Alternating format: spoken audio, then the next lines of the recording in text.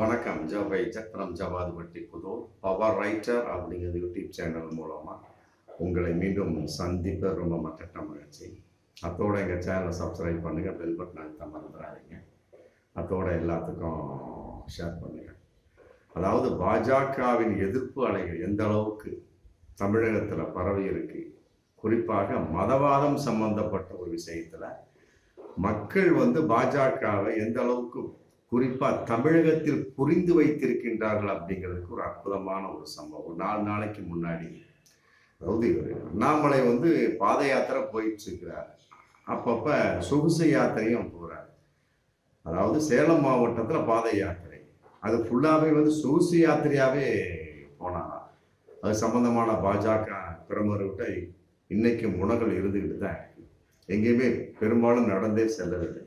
அந்த மாதிரி செல்லக்கூடிய ஒரு சமயத்தில் சேலம் டு தர்மபுரி போகிற வழியில் பாப்பிரெட்டிப்பட்டி அப்படிங்கிற ஒரு ஏரியா, அதில் பள்ளிப்பட்டி அப்படிங்கிற ஒரு ஊர் வந்திருக்கு.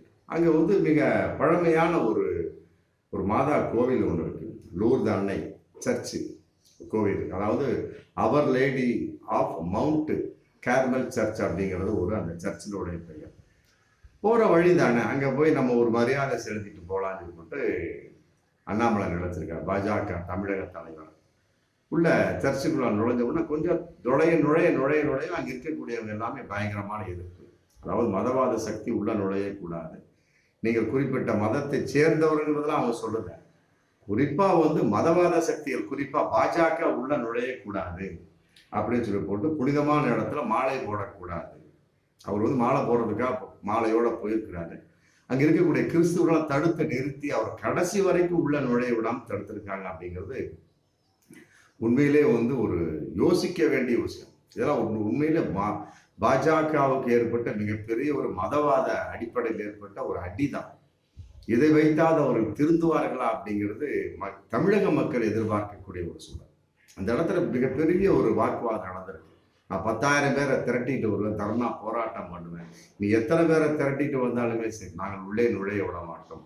அதே மாதிரி இதுவா உங்க யாருடைய சொத்து, உங்க பேர்ல இருக்க இந்த ஆலயம், உதயநிதி ஸ்டாலின் கேட்டார் பார்த்தீங்க, அப்பா வீட்டு சொத்தா அப்படிங்கிற மாதிரி கேட்காம இந்த ஆலை யார் பேர்ல, உங்க பேர்ல இருக்கா, அதை டீசெண்டா கேட்டிருக்காரு. இருந்தாலுமே கூட அங்க உள்ள கிறிஸ்துவர்கள் படுவிதமான கேள்விகள், பயங்கரமான கேள்வி கேட்டிருக்காங்க. மணிப்பூர்ல கிறிஸ்துவர்கள் கஷ்டப்பட்டாங்க 5-6-7 மாசமா. அது எந்த அளவுக்கு நீங்க மறைச்சிங்க. அங்க 2 பழங்குடியின இன மக்கள் நிர்வாணமாக அழைத்து செல்லப்பட்டு பாலியல் வன்கொடுமை செய்யப்பட்டார்கள். அதெல்லாம் நீங்க கேட்டீங்களா அப்படின்னு சொல்லி பயங்கரமான ஒரு கேள்வி. அதே நேரத்துல சமீபத்தில் நடந்த ஒரு சம்பவம், பெங்களூர்ல ஒரு சம்பவம் நடந்திருக்கு. அதாவது ஒரு மால்ல கிறிஸ்துவ ட்ரீ வைப்பாங்க பாருங்க, அந்த மாதிரி கிறிஸ்துவ வச்சிருக்காங்க. அதுக்கு வைக்கக்கூடாதுன்னு சொல்லிட்டு ஒரு குறிப்பிட்ட ஒரு மதவாத பாஜக கும்பல் பிரச்சனை பண்ணியிருக்காங்க. அதையும் சம்பந்தமா பலவிதமான கேள்விகள் கேட்டு உள்ள நுழைய விடாம அப்படி தடுத்து நிறுத்தி அமைச்சிருக்காங்கிறது மிக கேவலமான ஒரு விஷயம் தான். அதாவது இதே கும்பல், இதே மாதிரி உள்ள கும்பல் தான் பழனியில அற்புதமான ஒரு 6 படை வீடுல, முருகனுடைய 6 படை வீடு அற்புதமான ஒரு வீடு. அதுல இன்னைக்கு வேற்று மத நண்பர்கள் நுழையக்கூடாது, வேற்று மதத்தவர்கள் நுழையக்கூடாதுன்னு போட்டு போர்டே வச்சுட்டாங்க. அந்த அளவுக்கு காரணம் இந்த மாதிரி பாசிச கும்பல். அப்படிப்பட்ட ஒரு கும்பலை சேர்ந்த ஒரு பாஜக அண்ணாமலை பிற மத வழிபாட்டு தலமான கிறிஸ்துவ அந்த சர்ச்சுக்குள்ள உள்ள நுழையலாமா? இல்ல, அவர்கள் பிற மதத்தவர் நுழையக்கூடாதுன்னு போட்டு வைக்கக்கூடிய அளவுக்கு சில ஏற்பாடுகள் இந்த பாஜக கும்பல் தான் பண்ணியிருக்கு. அதுக்கு முதல்ல பழனிக்குள்ள எத்தனையோ பேர் நுழையலாம், போகலாம், கிறிஸ்துவ மக்கள் போகலாம், இஸ்லாமிய மக்கள் போகலாம். நாங்களே எத்தனையோ தடவை போய் அங்கே உட்காந்து தியானம் பண்ணியிருக்கிறேன். இன்னைக்கு பிற மதத்தவர்கள் நுழையக்கூடாதுன்னு கூட போர்டு வைக்கக்கூடிய அளவுக்கு என்ன காரணம்? உங்களை போன்ற பாஜகவினர் காரணம், தூண்டுதல் காரணம். ஒரு சங்கி அங்கே ஒரு கோர்ட்ல கேஸை போட்டு பிரச்சனை பண்ணி அங்கே போர்டு வைக்கக்கூடிய ஒரு சூழ்நிலை போச்சு. அதற்கு இன்று இருக்கக்கூடிய இந்து சமய நலத்துறை அமைச்சர் சேகர் பாபு மேல்முறையீடு செய்வோம் சொல்லியிருக்காரு. இன்னைக்கு வரைக்கும் மேல்முறையீடு செய்யல. ஆமா, சேகர் பாபு ஐயா கட்டாயமா மேல்முறையீடு செய்யணும். ஏன்னா அண்ணாமலை போன்றவர்கள் சர்ச்சுக்குள்ள நுழையக்கூடிய சமயத்துல அது பழமையான ஒரு சர்ச்சு. அதே மாதிரி பழனி கோவில பிற மதத்தவர்கள் பார்க்கணுங்கிற எண்ணம் வரணும் இல்லையா? அண்ணாமலைக்கு வரக்கூடிய சமயத்துல ஒரு இஸ்லாமியனுக்கு பழனியை பார்க்கணும், ஒரு கிறிஸ்துவனுக்கு பழனியை பார்க்க என்ன வராதா? பிற மதத்தவர்கள் உள்ளே நுழையக்கூடாது அப்படிங்கிறது வந்து யாருக்கு பொருத்தமான ஒரு சட்டம்? அது வந்து இஸ்லாமியர்களுக்கு மட்டுமா, கிறிஸ்துவர்களுக்கு மட்டுமா? கிடையாது. அந்த சட்டமே கூடாது. அதை தூக்கி எறிய வேண்டும் என்பதுதான் வந்து மக்கள் எதிர்பார்த்து கொண்டிருக்காங்க. அந்த இருக்கக்கூடிய அந்த சுற்றி இருக்கக்கூடிய பல கிராமத்துல கேட்டால் இன்னைக்கு சொல்லுவாங்க, இது வந்து மதவாத கும்பல் ஏற்பாடு, பாஜகவோட ஏற்பாடு அப்படின்னு. அப்படி இருக்கக்கூடிய ஒரு அண்ணாமலை வந்து ரோசம் கட்டத்தனமாக ஒரு சர்ச்சுக்குள்ள நுழையலாமா? இன்னைக்கு வந்து முகத்தில் கருகி பூசி வெளியே வந்திருக்கிறாரு, பகிரங்கமான ஒன்று. அதே மாதிரி இப்ப சமீபத்தில் சத்தீஸ்கர்ல வந்து பழங்குடி இருக்கிறாங்க, அவங்க வந்து மதிக்கப்படவில்லை. இந்து மக்கள் தான் மதிக்கப்படவில்லை. பட்டியலின மக்கள், பிற்படுத்த தாழ்த்தப்பட்ட மக்கள் அது என்ன பண்றாங்க, தீட்டு சாதியை கொடுமை சொல்லி பண்ண உடனே அவங்க கிறிஸ்துவ மதத்துக்கு மாறிட்டாங்க.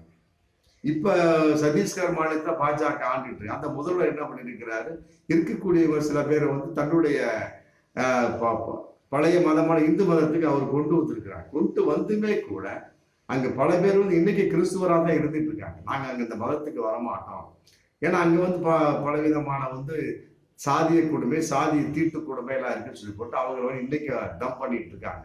அந்த மாதிரி முரண்பட்ட விஷயம். ஏன் கிறிஸ்து முதல்ல ஒரு 2 வருஷத்துக்கு முதல்ல வரைக்கும் கூட சொல்லலாம், இஸ்லாமியர்கள் வந்து கொடுமைப்படுத்தப்பட்டவர் இன்னைக்கு இந்த பாஜகவால். ஆனா இந்த ஒரு வருஷமா பாருங்க, ஏகப்பட்ட இடங்களை பாருங்க, கிறிஸ்துவ மக்கள் வந்து கொடுமைப்படுத்தப்படுகிறார்கள், பல பாதிரியாக்கள் வந்து கொடுமைப்படுத்தப்படுகிறார்கள், பகிரங்கமான உண்மை. அப்ப அப்படி இருக்கக்கூடிய சமயத்துல வந்து அண்ணாமலை வந்து ஒரு கிறிஸ்துவ சர்ச்சுக்குள்ள நுழையலாமா? இல்ல, அதே நீங்க எப்படி நினைக்கிறீங்களோ அதே மாதிரி பிறர் நினைப்பாங்க அப்படிங்கிற ஒரு அந்த ஜனநாயக போக்கிய இந்த பாஜக இல்லை என்பதுதான் பகிரங்கமான உண்மை. அதே மாதிரி இன்னொரு விஷயம், ஆங்கிலேய பெயர்களை மாற்றுவோம், ஆங்கிலேயர் வைத்த பெயர்களை மாற்றி விட போட்டு இவர்கள் பக்கமா சொல்லிட்டு இருக்கிறாங்க. இதன் மூலமாக நான் கேட்கக்கூடிய இந்து அப்படிங்கிற விஷயத்தை கூட ஒரு ஆங்கிலேயர் வைத்த பெயர் தான். இதை வந்து பாஜக மாற்ற முடியுமா? இந்த அளவுக்கு கிரிட்டிக்கலான ஒரு பல விஷயங்கள்ல வந்து இன்னைக்கு வந்து பாஜக மாட்டிக்கிட்டு முடிக்குது அப்படிங்கிறது தான் பகிரங்கமான உண்மை. இதுக்கெல்லாம் வந்து அண்ணாமலை வந்து என்ன பதில் வச்சிருக்கிறார்? ஒண்ணுமே கிடையாது. பிற மதத்தவர்கள் எல்லா மதத்தவர்களுடைய வழிபாட்டுத்தல் நுழையக்கூடும் அப்படிங்கிற ஒரு ஜனநாயக போக்கு இருந்துச்சுன்னா எல்லாத்தையும் நுழைய விடுவாங்க. பாசிச கும்பல் வெளிப்பாடா வந்து தங்களுடைய கோயில்களுக்குள் நுழையக்கூடாது சொல்லப்பட்டு பாஜக மத கும்பல் தன்னுடைய நிலையின் வெளிப்பாடை இந்த மாதிரிலாம் ஒரு பழனி கோயில் உட்பட செஞ்சாங்க அப்படின்னா அப்புறம் கிறிஸ்துவ கோயில்களை எப்படி பிற்படுத்தப்பட்ட மக்களான அண்ணாமலை போன்றவர்கள் இந்து மக்களை எப்படி நுழைய விடுவாங்க? அதுல இன்னொரு விஷயம் இருக்கு, அதாவது பாஜக அப்படிங்கிற பேனரோட வராதிங்க, அதை ரொம்ப தெளிவா சொல்லியிருக்கிறாங்க.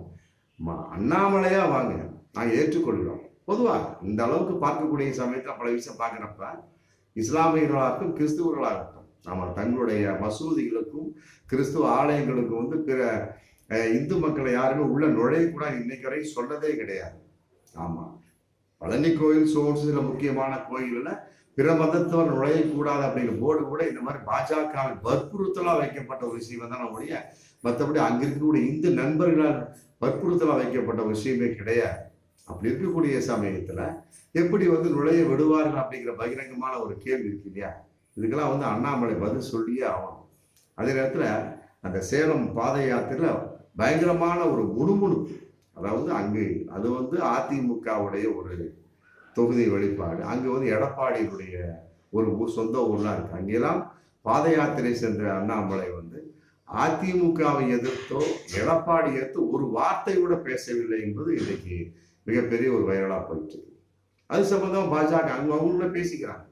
என்னடா அது அப்படி, அதாவது ஒரு கட்சி இருக்கு அப்படின்னா இன்னொரு கட்சி எது இருக்கு அதை கழிச்சு எதிர்த்து பேசுறாதான் வந்து நம்ம வளர முடியும். அந்த ஒரு எதிர்ப்பு தன்மை இல்லை அப்படின்னா பாஜக இருந்துட்டு போக வேண்டியதான், நம்ம எப்படி பெரிய ஆளா வர முடியும் அப்படின்னு அவங்களுக்குள்ள ஒரு மிகப்பெரிய எதிர்பார்ப்பு இருக்கு இல்லையா? அந்த எதிர்பார்ப்பு வந்து அந்த சேலம் பாத யாத்திரை முறியடிக்கப்பட்டது அப்படிங்கிறது பாஜகவினருக்கு இன்னைக்கு மிக வருத்தமான ஒரு செயலா இருந்துகிட்டு இருக்கு. நிறைய பேர் எதிர்பார்த்திருக்காங்க அண்ணாமலை வந்து எடப்பாடி எதிர்த்து பேசுவார், அதிமுகவை எதிர்த்து பேசுவார், அவரை விமர்சனம் பண்ணி பேசுவார் அப்படின்னு ஒரு வார்த்தை கூட பேசவே இல்லை என்பது பாஜகவினருக்கு இன்னைக்கு மிகப்பெரிய ஏமாற்றமாக இருந்திருக்கான். அந்த இடத்துல வந்து அப்படி ஒரு சூழல். இதுல என்ன தெரியுது அப்படின்னா அதிமுகவுக்கும் பாஜகவுக்கும் மறைமுகமான ஒரு தொடர்பு இருக்கு. அதாவது தொகுதி பிரிப்பு உடன்படிக்கை, அதுக்கு பேர் என்ன, தொகுதி பிரிப்பு உடன்படிக்கை, தொகுதி பங்கீடு உடன்படிக்கை என்பது. தொகுதி பங்கீடு உடன்படிக்கையில இத்தனை தொகுதியில நான் நிற்கிறேன், அத்தனை தொகுதியில நான் நிற்கிறேன், முடிஞ்சு போச்சு. ஆனா தொகுதி பிரிப்பு உடன்படிக்கைங்கிறது வந்து இத்தனை தொகுதியில இந்தந்த தொகுதி நாங்க நிற்போம், அந்தந்த தொகுதி நீங்க நிக்க கூடாது. அப்ப வந்து இது மறைமுகமான ஒரு உடன்படிக்கை தானே. அதிமுக பாஜக மறைமுகம் அப்படிங்கிறப்ப அது மேலிடத்தினுடைய ஒரு உத்தரவு. அப்படிங்கிறப்ப அண்ணாமலை எப்படி அதிமுக எடுத்து பேசுவார், எடப்பாடி எடுத்து பேசுவார். அங்கேயே வந்து அந்த பாத யாத்திரைக்குள்ளே வந்து பாஜக பிரமுகர்கள் வந்து முணுமுடுத்திருக்காங்க. அவங்களுக்குள்ளே வந்து ஏமாற்றத்தின் வெளிப்பாடா போயிருக்கு. ஆமா, இது ஒரு சூழல். இப்படி ஒரு இதுக்கும் போல அப்ப அதிமுகவுடைய நிலைப்பாடு என்ன, பாஜகவின் மறைமுக கூட்டணி என்னங்கிறது கன்ஃபார்மா சிறுபான்மை மக்கள் உணர்ந்து கொள்ள வேண்டுங்கிறதான். இதன் அடிப்படையில் தான் வந்து கிறிஸ்துவ மக்கள் வந்து அந்த பள்ளிப்பட்டிக்குள்ள வந்து அண்ணாமலை நுழையவில்லை. நீங்க வாங்க, அண்ணாமலையா வாங்க. ஆமா, பாஜக அண்ணாமலையா வராதிங்கன்னு சொல்லிட்டாங்க. அதே மாதிரி இன்னொரு அடி என்ன விஷயம்னா, 5 மாநில தேர்தல் அடைஞ்சிருப்பாங்க சமீபத்தில். அதுல வந்து 3 மாநிலத்தில் வந்து ராஜஸ்தான், சத்தீஸ்கர், மத்திய பிரதேசத்துல வந்து பாஜக வெற்றி அடைஞ்ச அதே நேரத்துல வந்து அந்த கரண்பூர் தொகுதியில வந்து காங்கிரஸ் வேட்பாளர் வெற்றி அடைஞ்சிருக்காரு. திடீர் மரணம் அடைஞ்சிருக்காரு. அதுக்கு ஒரு இப்ப சமீபத்துல ஒரு போன வார ரேஞ்சுக்கு இடைத்தேர்தல் நடந்தது.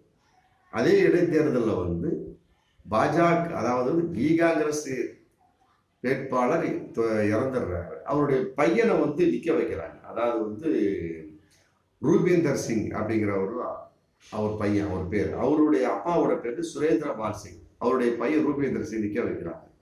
அதுக்குள்ள என்ன பண்ணிட்டாங்க இந்த பாஜக, நம்ம தானே அந்த தொகுதியில வெற்றி அடையலாம். எந்த அளவுக்கு இருமாப்பு பாருங்க. வெற்றியும் தோல்வியும் வந்து மக்கள் நிர்ணயிக்கக்கூடியது. ஆமா ஆமா, ஓட்டு மிஷின்லாம் நிர்ணயிக்க முடியாது. அதுல குத்துறவன் மக்கள், அவன் நிர்ணயிச்சாதான். அந்த நிர்ணயிப்பு என்பது வந்து அவர்களுக்குள்ள வந்து மிகப்பெரிய ஒரு அசால்ட்டு.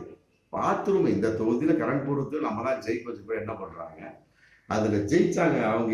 அது இதுதான் பார்த்தீங்களா, அந்த சுரேந்திர பாலை வந்து படுதோல்வி அடைஞ்சவர், அவரை வந்து அமைச்சராக்கிறாங்க. அவசரப்பட்டு, நல்லா புரிஞ்சுக்க, அவசரப்பட்டு அமைச்சராக்கிறாங்க. அதே கரண்பூர் தொகுதி தானே, காங்கிரஸ் அவர் வேட்பாளர் இறந்துட்டாரு. திருப்பி அவர் பையனை வந்து ரூபேந்திர சிங் அப்படின்னு நிக்க வச்சிருக்கிறாரு. அதான் நம்ம தான் ஆட்சிக்கு வந்துட்டோம். ராஜஸ்தான் ஃபுல்லா அவங்க தானே ஆட்சி. அப்படிங்கும்போது நம்ம ஆட்சிக்கு வந்துட்டோம். அப்படிங்கும்போது திருப்பி அந்த கரண்பூர் தொகுதி நம்ம தான் வெற்றி அடைவோம் அப்படிங்கிற அந்த மமதையின் வெளிப்பாடு, பாஜக மமதையின் வெளிப்பாடு என்ன பண்ணிருக்காங்க, சுரேந்திர பால் சிங்கை, தோத்து போன சுரேந்திர பால் சிங்கை வந்து அமைச்சரவைய இணை அமைச்சரா வந்து ராஜஸ்தான் மாநிலத்தை சேர்த்துட்டாங்க. அதான் அடுத்து நம்ம தான் ஜெயிக்க போகுது. அவரே நிக்க வச்சாச்சு. அதாவது ரூபேந்திர சிங், சுரேந்திர பால் நிற்கிறாங்க. மக்கள் பார்த்தாங்க, மீண்டும் அதிக காங்கிரஸுக்கே ஓட்டு போட்டாங்க. இப்ப சுரேந்திர பால் வந்து பாஜக வந்து படுதோல்வி, பழையபடி படுதோல்வி. ஆனா அமைச்சரவை சேர்த்திட்டாங்க. இப்ப மாட்டிக்கிட்டு முடிக்கிறாங்க.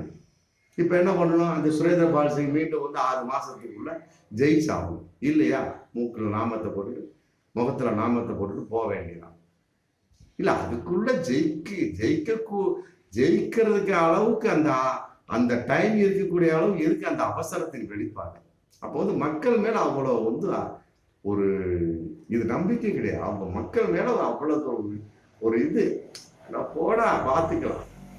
அப்ப இவர்கள்லாம் வந்து மீண்டும் 2024 நாடாளுமன்ற தேர்தலில் ஒரு ஆட்சிக்கு வந்தாங்க அப்படின்னா இந்தியாவோட நிலைமை எப்படி இருக்கு அப்படின்னு நம்ம பார்த்துக்கணும்ல.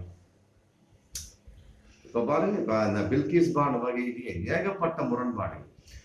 ஆமா, உச்ச நீதிமன்றத்தை ஏமாற்றி, ஆமா, தங்களுடைய அனைத்து ஃபைல்களையும் மறைச்சு நாசம் பண்ணி கொடுத்து அங்க உண்ணம் தன்னுடைய வெளிப்பாடா விஷயம் பண்ணிருக்காங்க. அதை வந்து அந்த அம்மா நாகரத்தின் அம்மா, நீதி அரசி அம்மா கண்டுபிடிச்சிட்டாங்க.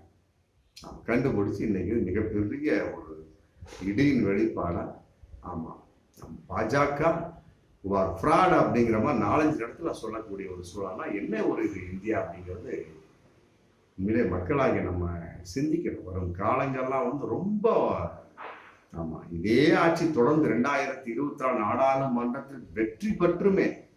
ராஜஸ்தானே எடுத்துக்கலாம். என்னடா அது, கரண்பூர் தொகுதியில வந்து இவரு காங்கிரஸ் வேட்பாளர் இறந்துட்டாரு. மற்றபடி பையன் அதே நிற்கிறாங்க, காங்கிரஸ் நிற்கிறாங்க. ரைட், நம்மளும் நிற்கிறோம், நம்ம தோல்வி அடைஞ்சிட்டோம். ஒருவேளை மாற்றி குத்துறாங்களோ, குத்துட்டு திருப்பி அதுக்கே குத்துனா என்ன ஆகுது அப்படிங்கிற எண்ணம் இல்லாம மக்கள் மேல ஒரு அசால்ட்டு, ஒரு மமதை, அதெல்லாம் வந்து திமிரின் வெளிப்பாடு தான். திருப்பி ஈகாக கொடுத்துட்டாங்க. இல்ல அந்த ஒரு அறிவு கூட இல்லாம இவங்க எதுக்கு இணையமைச்சரா வந்து ராஜஸ்தான் மந்திரி சபையை சேர்க்கிறாங்க அந்த இவரை சுரேந்திர பாலா, புரியுதுங்களா? இதெல்லாம் வந்து ஒரு அசால்ட் வெளிப்பாடு. ரெண்டாவது வந்து போடா நம்ம கையில தான் அப்படிங்கிற வந்து மமதையின் வெளிப்பாடு, நான் என்ற வெளிப்பாடு. அதைத்தான் வந்து பகவத்கீதை சொல்லுது. நான் என்பது எனக்கு மட்டும்தான், யாருக்கும் கிடையாது. அதனால வந்து இந்த பாஜக உணர்ந்தால் சரி. மீண்டும் அடுத்த வீடியோ சந்திப்போம். நன்றி.